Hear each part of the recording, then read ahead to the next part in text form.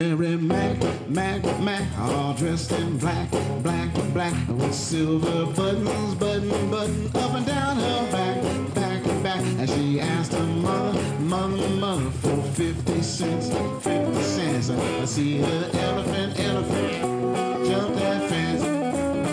He jumped so high, until he reached the sky, and he didn't get back until the 4th of July. Oh, Mary Mac, y'all dressed in black, silver button, yeah, up and down her back.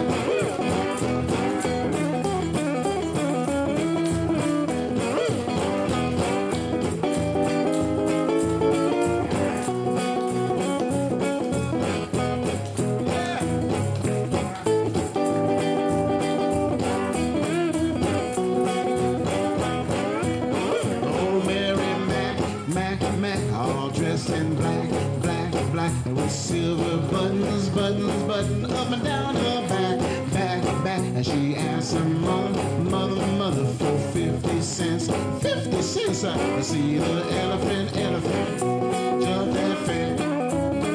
He jumped so high, until he reached the sky, and he didn't get back until the 4th of July. Oh, Mary Mac, y'all dressed in black, silver button, yeah, up and down her back.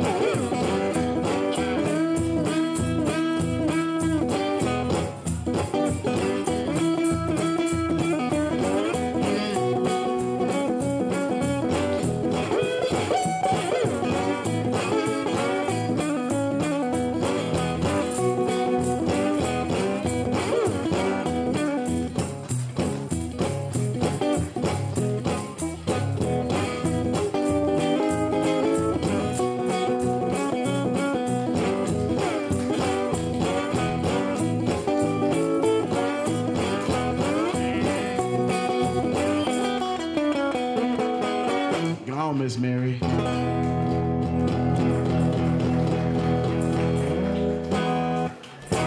Yeah. You guys having a good time? Y'all having a good time? Say yeah. All right now. Yeah, my name is Michael D. McCarty. I'm a storyteller. I'm telling a variety of stories for Black History Month. So this is a folk tale from a country called Zimbabwe, located in the south of Africa. And it's a story that I call A Strange Creature. And it goes like this. There were more than enough people tell this young boy what to do. There was his mother, his father, his older brother, his grandfather, and then there was his aunt. And his aunt just seemed to live to tell him what to do. All day long she'd be, I want you this, I want you that, you go over here, you give me this, you give me that, all day long. And just like the Energizer Bunny, she kept going and going and going. And he was tired of hearing it. Sometimes he thought he would go to the local medicine man, he would get some kind of a herb or potion, and when he gave it to his aunt, it would like, shut her up. A lot of parents have asked me where they can get that potion. We'll talk later. Sometimes he thought when he got to be older, got to be bigger, had a little more bass in his voice, he would go up to that auntie and he would yell at her like she always yelled at him. But he didn't do any of these things because his parents had taught him to be an obedient young man, respectful of his elders, and besides, said the father, the only joy she gets is yelling at you. It keeps her out of my hair, so you just gonna have to put up with it. And he did. But one day, she asked him to do something that he really didn't want to do. She wanted him to leave their village and go deep into the woods to pick some fruit. Now the word was that in this area of the forest there were some caves. And it was said that in one of these caves there lived a strange creature. A creature with a humongous mouth and a humongous belly who liked to eat people just like you. So do you think that boy was happy to go? No. Oh, no.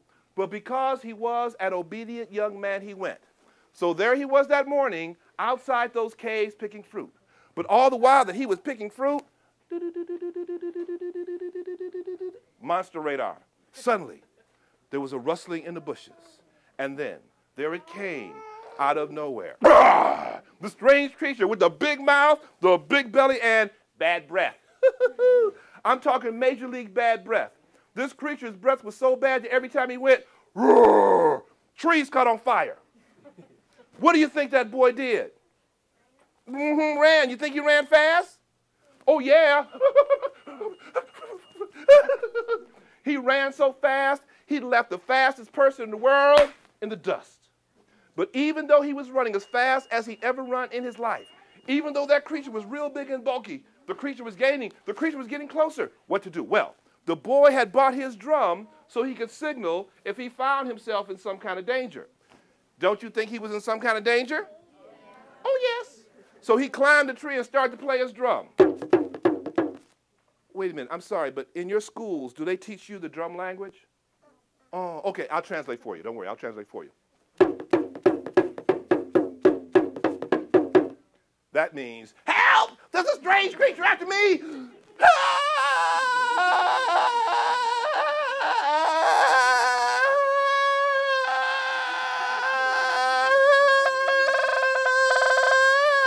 A loose translation, but you get the idea.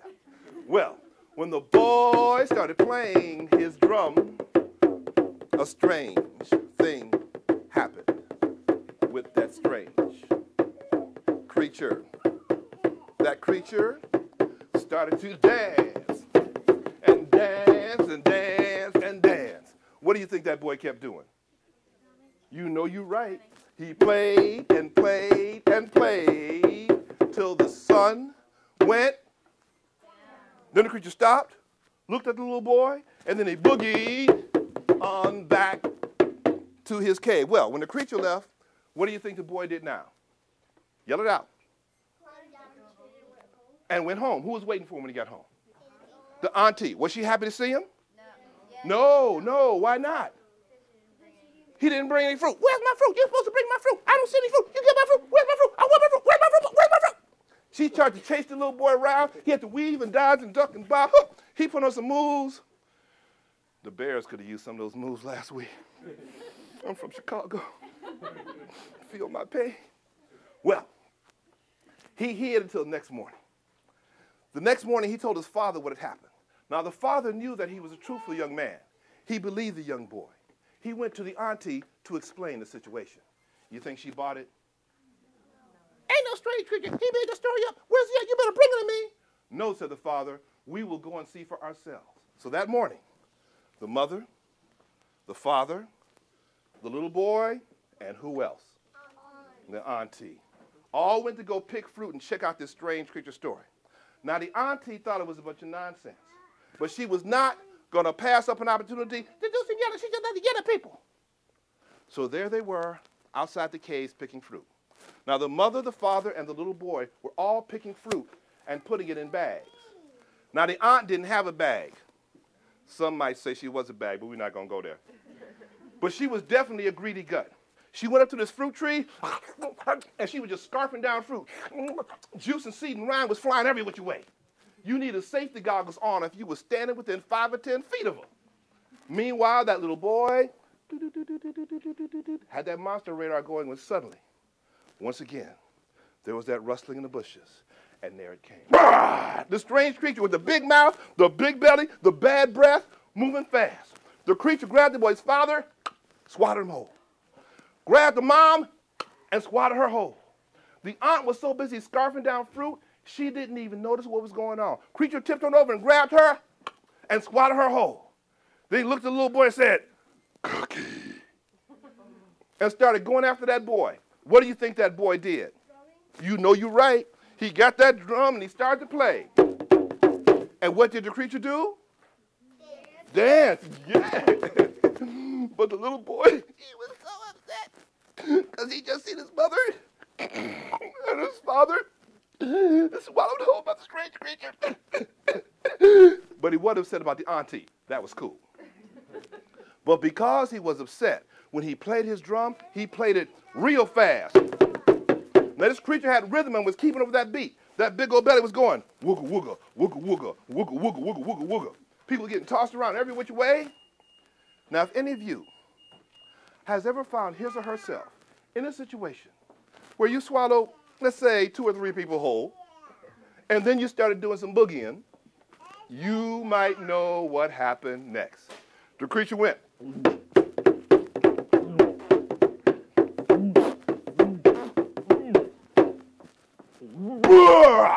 And he threw up the father, who was still alive and sucking air, just a little bit slimy.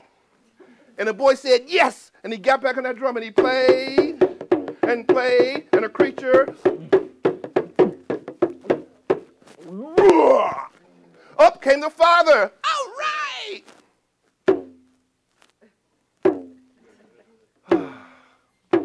Why did he play his drum so slow? Yell it out. He didn't want the auntie to come back out. That's right. He liked the aunt right where she was in the belly of that strange creature. But the boy's father said, son, you must play your drum fast. You have to get your auntie back. I have to. It's so peaceful. Can't we just take the creature home instead? No, no. You must get her back. And he was, after all, what kind of a young man? Obedient. And so grudgingly, he played, and the creature.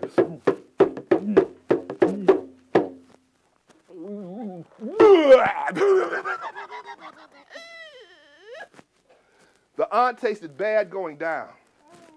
She tasted even worse coming back up. Well, the boy kept playing his drum till the sun went. And then what did the creature do? Oh, he boogie-oogied. All right. We advanced now. We boogied on back to his cave. Well, when the creature left, now another strange thing happened. This time with the auntie. She wasn't yelling anymore. Something about being down in the belly of that strange creature had chilled her out big time. And from that day on, she never yelled at the young man again. He had saved her life. Thus, we are left with the typical fairy folk tale type ending. They all lived, and that's the end of that.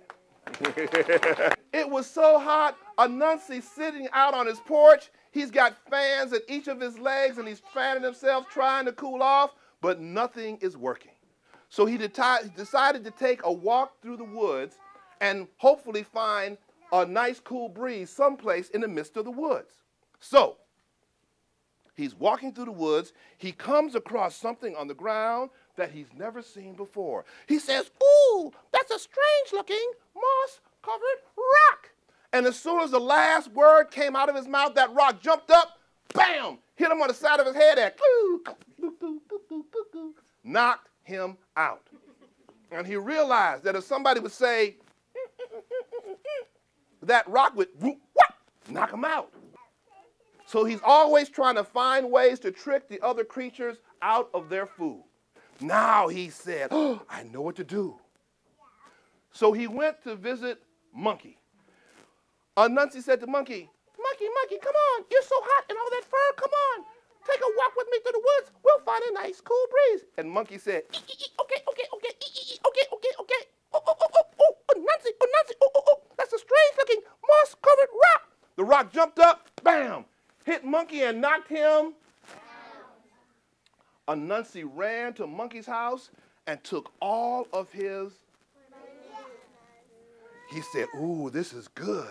And when Monkey woke up, he had a big old knot on his head. And then when he got home, all of his were gone. And Anansi went to the next creature. He went to Elephant. What do elephants like to eat? Peanuts. Peanuts. And Elephant was sitting on his porch with those big old ears flapping, trying to cool himself off. And Anansi said, oh, Elephant, that's not working. Come on, take a walk with me through the woods, and we'll find a nice cool breeze. And Elephant said, okay, Anansi. And he went stomping through the woods with Anansi until they came to that spot. Anansi said, oh, Elephant, what is that? Oh, Anansi, that's a strange-looking moss-covered rock. And the rock jumped up, bam, hit him in the head and boom, knocked him out. Well, Anansi ran to Elephant's house and took all of his. And when Elephant came to, He had that knot on his head and went home, and all of his peanuts were gone. Well, Anansi said, this is great. He went to creature after creature after creature and tricking them and getting their food. But what Anansi didn't know is that there was one creature that had been watching him all the time.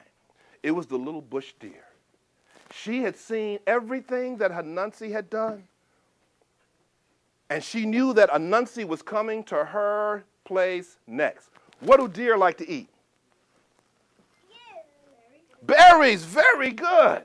And deer, little bush deer, being a very holistic type of deer, had the finest organic berries only, always.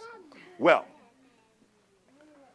bush deer was sitting on her porch when Anansi came and said, oh, bush deer, it's so hot, come on, take a nice walk with me through the woods. And bush deer said, okay. And she went prancing through the woods with Anansi until they got to that spot. And Anansi said, oh, bush deer, look at that, what's that? And bush deer said, what's what? That right there. What right where? This. What? That thing,